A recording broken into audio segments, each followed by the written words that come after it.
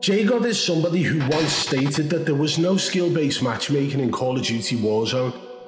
The truth is I don't give a fuck. He also stated that the whitelist didn't exist, calling us and labeling us tinfoil hatters. I literally do not care. Like, I actually honestly do not care. In today's video, we're going to be talking about the biggest shill to have ever existed in Call of Duty Warzone when it comes to the content creation scene. This is a guy who has defended some of the most suspicious cheaters in the gaming space for the past 2 years. This is somebody who uses data to actually make his videos. This is somebody who puts time and effort in when it comes to finding out the new meta. And we'll start how we normally do through the experimental class. First up, the KG is a weapon that I really haven't seen. Who could we be talking about? J-God. J-God is somebody who put a lot of time and effort into building his YouTube channel, and he'd done the right thing because he found a niche, putting out videos based on him analysing the data of damage from guns and weapons, recoil, to find out which one was the best at that moment in time. He found a niche. People were coming to him to find out which gun in the game was the best one to use to make their lives easier. They don't then have to go and look to find which the best gun is. What is going on, man? So this is probably on my stream the most highly requested class setup. I did not know this gun was like this. I did not know this gun killed this fast. And even my boy J-God said that the Lapa was meta. Then that's going to move us into the #1, which right now I think it's arguably... However, with all that time and effort he's put into finding out which are the best weapons in this game, Call of Duty Warzone, you'd think he would know the difference between a legitimate shooting gun and one that's being shot by a third-party program, wouldn't you? Or maybe he does, but maybe J-God does know the difference because he has called out people in the past for cheating across the past 2.5 years of Call of Duty space.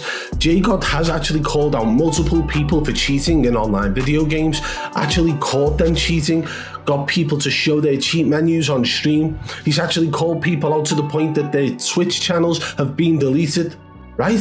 So he's done good when it comes to actually attacking the cheaters head on. But when it comes to those large content creators, he doesn't seem to have that same energy. In fact, he puts more energy into defending them.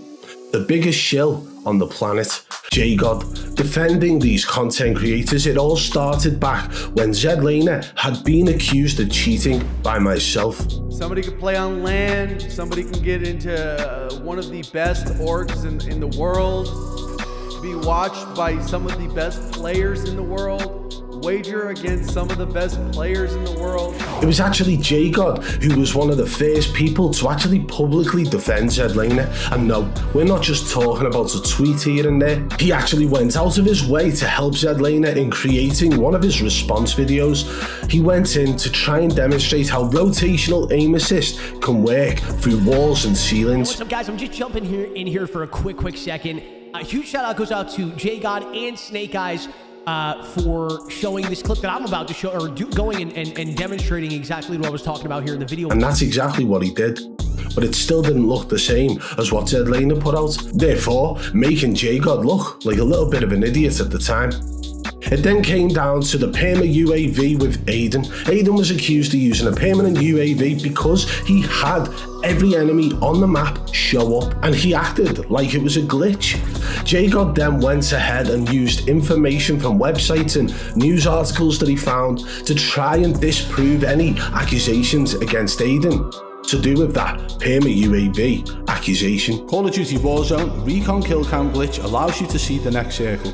22nd of April 2020. It got real bad for J-God because he'd used articles that were a year out of date. He'd used information that just wasn't cross-referencing what he wanted it to reference.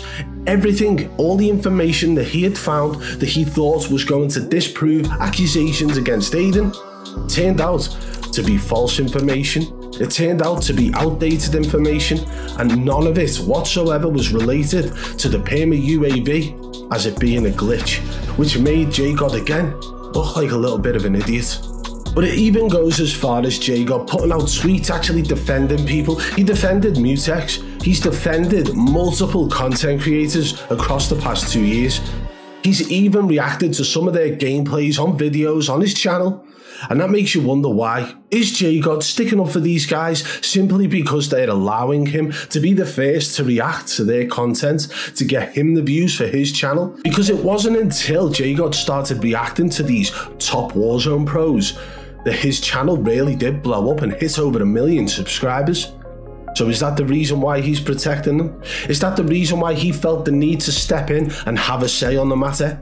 Or was it because he puts a lot of time and effort into the data that he finds related to the game's weapons, that he felt that no matter what information he put out at the time to try and defend these streamers, the people would just eat it up and agree with him? Because hey, many times it was disproven and he was made to look like a fool. J-God is somebody who once stated that there was no skill-based matchmaking in Call of Duty Warzone, and that was something that he was then proven wrong on in the end, because hey, we all now know that skill-based matchmaking is a massive part of the Call of Duty games. He also stated that the whitelist didn't exist, calling us and labelling us tinfoil hatters. But then it was proven that there was a whitelist, to the point where J-God himself had to come out and do a video stating there is a whitelist, but it's not what you think. This is a guy who has been running a narrative from the very beginning, and it is always the case where the truth comes out in the end. And it's being proven along the way. No skill-based matchmaking? Yes, there is. No whitelist? Yes, there is. No cheating? Yes, they are. I don't give a fuck. And there was a long period of time where the J-God defending streamers era had pretty much frozen over. He had simply gone quiet. Maybe he went into hibernation, who knows? But then more recently, a video comes out. J-God reacting to Diaz Biffle's gameplay. Could this be the moment that we've all been waiting for? Is J-God about to call out one of the most accused Warzone players? No. He's reacting to the gameplay, calling him one of the best players in this gaming space, acting like this guy is legit. So today we're reacting to the best Warzone player before we even knew that they were the best Warzone player. And you have to remember, even though now J-God is actually reacting to Diaz Biffle's gameplay, we've shown a prime example of what Diaz Biffle's aim was doing whilst he was gliding in through the sky, showcasing something that J-God had stated in a prior video did not exist and that you could not do with natural built-in aim assist as a mechanic. So J-God's eating his own words by reacting to Diaz Biffle's content as if it's legit. Or maybe he knows it's not. What on earth is going on? Is J-God a paid shill? Probably not. His ad revenue probably pays that money for him to the point where the content creators don't have to worry about sorting him a backhander. But it's still there. People can still see that J-God is somehow willing to call out the smaller creators and publicly humiliate them if he believes they are cheating, but he's willing to defend those top-level Warzone whitelisted pros. And it is painfully obvious to see. This is a man who has reacted to some of the most suspicious creators and never said anything suspicious occurred in the gameplay. This is a man who understands and knows what weapons should and should not be doing at those moments in time in the game, and still doesn't call out the bullshit that he's seeing right in front of his eyes. Because hey, negativity doesn't always sell for some, but I'm sure at some point in the future the truth will come out about everything. Maybe it's down to one person writing a book, maybe it's down to another person selling his story to a news site, maybe it's down to a content creator who finally gets caught and blows the lid off the whole thing. And either way, no matter when it happens or how it happens, J-God defended most of them.